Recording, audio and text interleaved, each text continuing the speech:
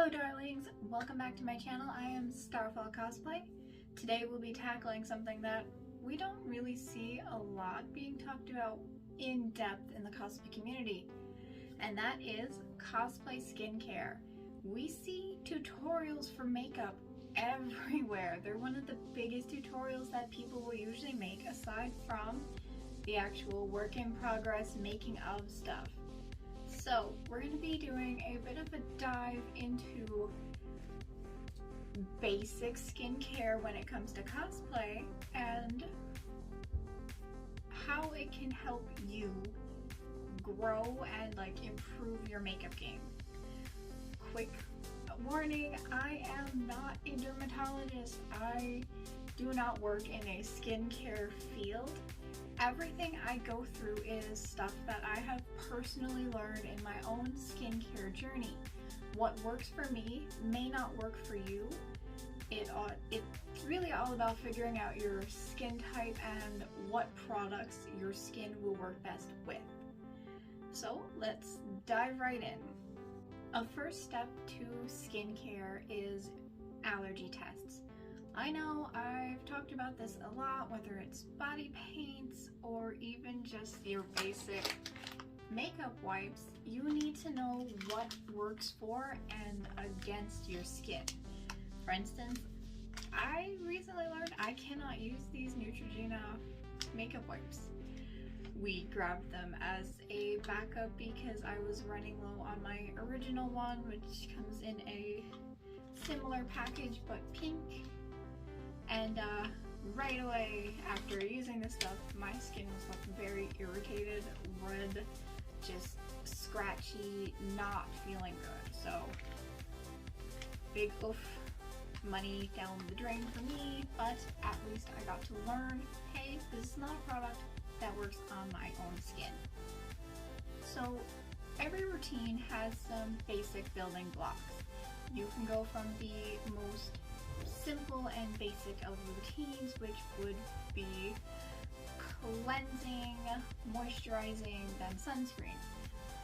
You really only have the 3 steps. You wash, put on something to hydrate, moisturize your skin, and then put on some sunscreen because, well, everyone needs to use sunscreen. It is very important on a day-to-day basis.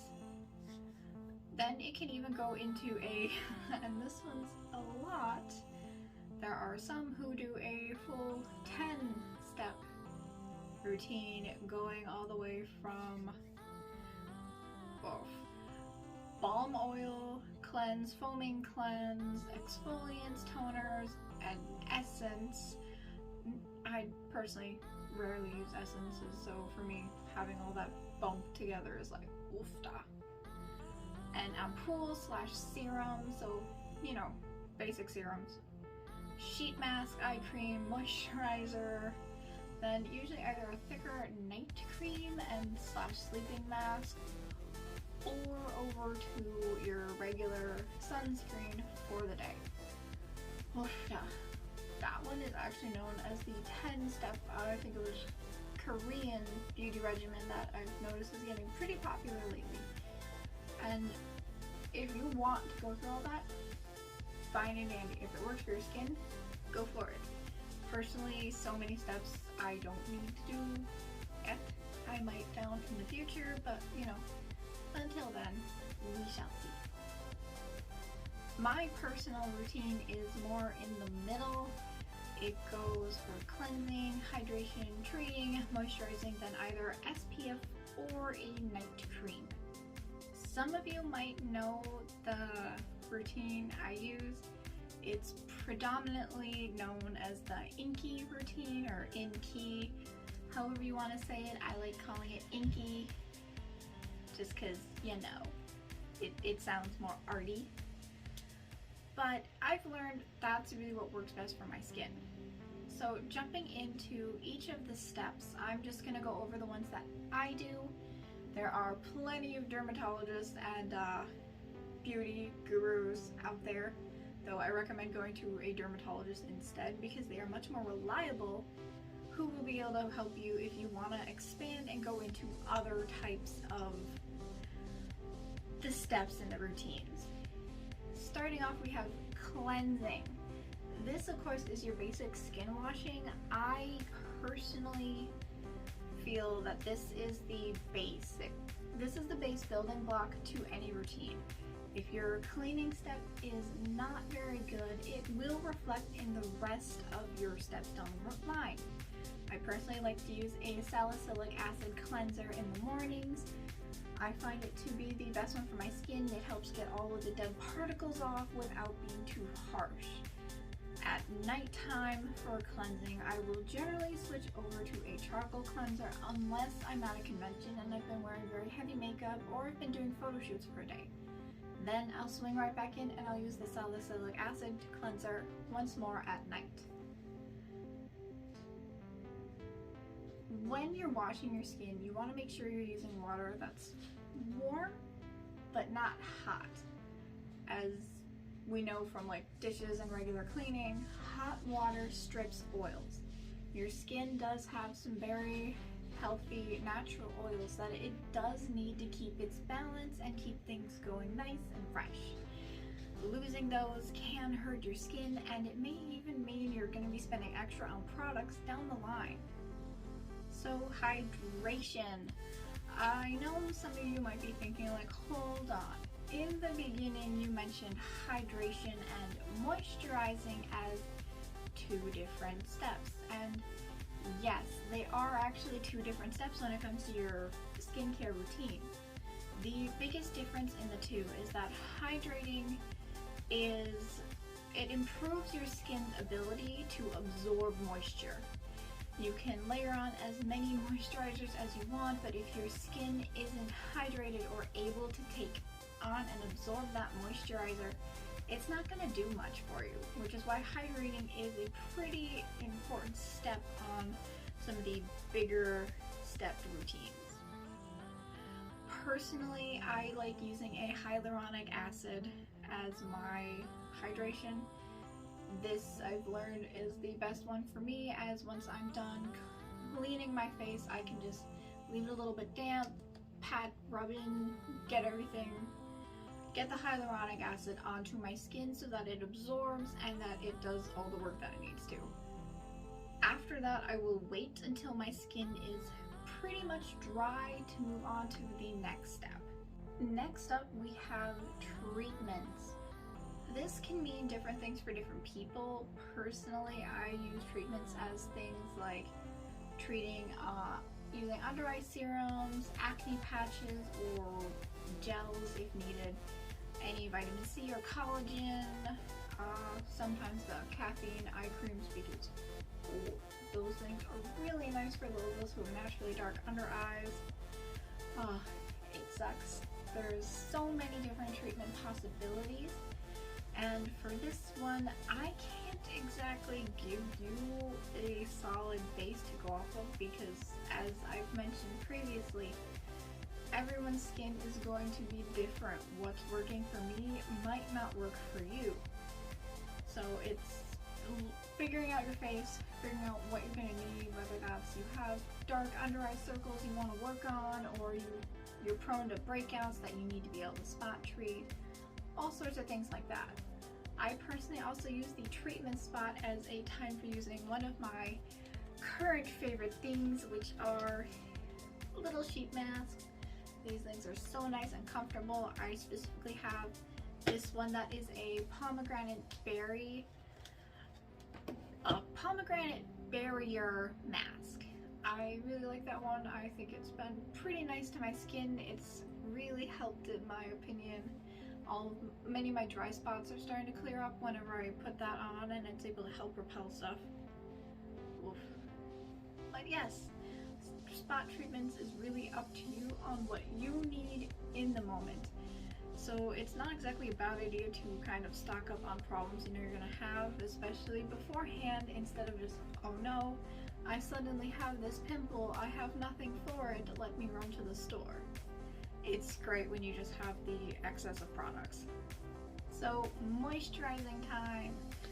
Yes, we are finally there to a step that is considered to be quite crucial on the list, and Again, your moisturizer is heavily dependent on what you need in the moment.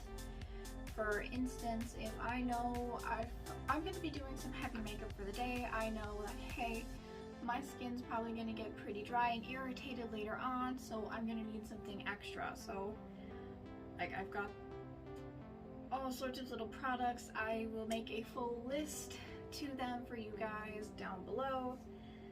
But again, this part is really what your skin is going to need. I often like going for ones that have extra vitamin C and collagen just because it helps a ton, and well, I'm a cosplayer and a crafter. It is very rare for me to be out and about for very long periods of time. Having those extra vitamins in my moisturizer saves me a ton. Plus, add in the fact that I am naturally a ginger, I don't like going outside. I get burned way too easily, so enjoy life it is. The final two-parter of our routine, SPF or night creams, depending on time of day. In the morning, if I know I'm going to be going out and I'm going to be doing photo shoots, I don't worry too much about putting on a solo sunscreen. Mainly because all of the foundations I own have a sunscreen built in. Yes, it's not going to be as strong as a regular sunscreen, but I already know I'm not going to be out for that long, so I usually don't have to worry too much. If it's going to be a regular day, just normal sunscreen, let it soak in, then head out. For nighttime, you can do your overnight creams and masks, things like that that you might enjoy. I personally do a overnight spot treater. That's just a nighttime skin regimen. It's been really good personally. I love using this stuff, especially if I've had a breakout during the day. Normally by morning it is quite minimized. This one is a just overnight detox serum. Very nice. I think it works pretty great for my skin. I've had friends who have also tried it that they're like, not for me. Different skin types, different skin tones, different things work for different people. The last thing on our list is some products do not mix well together. And this can be said for pretty much anything, just like how you don't put a water base on top of an oil base when it comes to makeup products, all sorts of things like that. This of course applies to your skincare routines and products. For instance, vitamin C and retinols are not something that you should be mixing. They can cause major irritation, especially as retinols can increase your skin's sun sensitivity.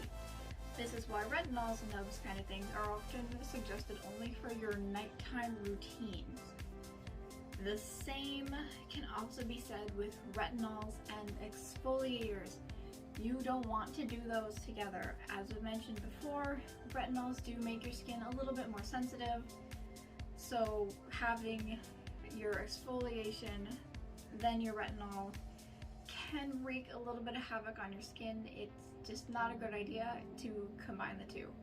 If you absolutely have to do your exfoliating every day, or however often you do yours, I recommend like once, maybe twice a day at most if you wore heavy makeup. Alternate when you do your exfoliation and your retinols. So if you're going to be doing exfoliation on Monday night, do your retinol Tuesday night, and just keep flipping it like that. Your skin is one of your biggest assets, and you really don't want it to be irritated and angry. Which slides us into over exfoliation. We talked about that just a little bit with mixing those two, but exfoliating way too much in a day or in a routine can be really bad for your skin. Exfoliation is mainly there to help you get out the your dirt, any bad oils, dead skin cells. Usually once is enough for that. Going in with multiple different exfoliation products, one after another, is not going to do a lot for you. You might think you're getting more dead skin, but you could also be peeling off healthy skin or healthy oils. Just not a good idea to do it repeatedly in a session. Once per routine is enough. So that is pretty much my basic overview of cosplay skincare. I know some cosplayers who do even more than I do, some who do pretty much nothing, but the point of this is to help you understand that cosplay skincare is very important, even if you're just doing a basic routine. Just scrubbing your face off with a makeup wipe is usually not going to be enough, which is why we also say get yourself a good cleanser and get yourself at least some good lotions, hydration, something for your skin to help get things back. I hope you guys enjoyed this video. If you have something fun or a product that you absolutely swear by for you, drop it down in the comments. Let us know what that product is or what you do for your routines. And I'll see you guys in our next video. Later, darlings.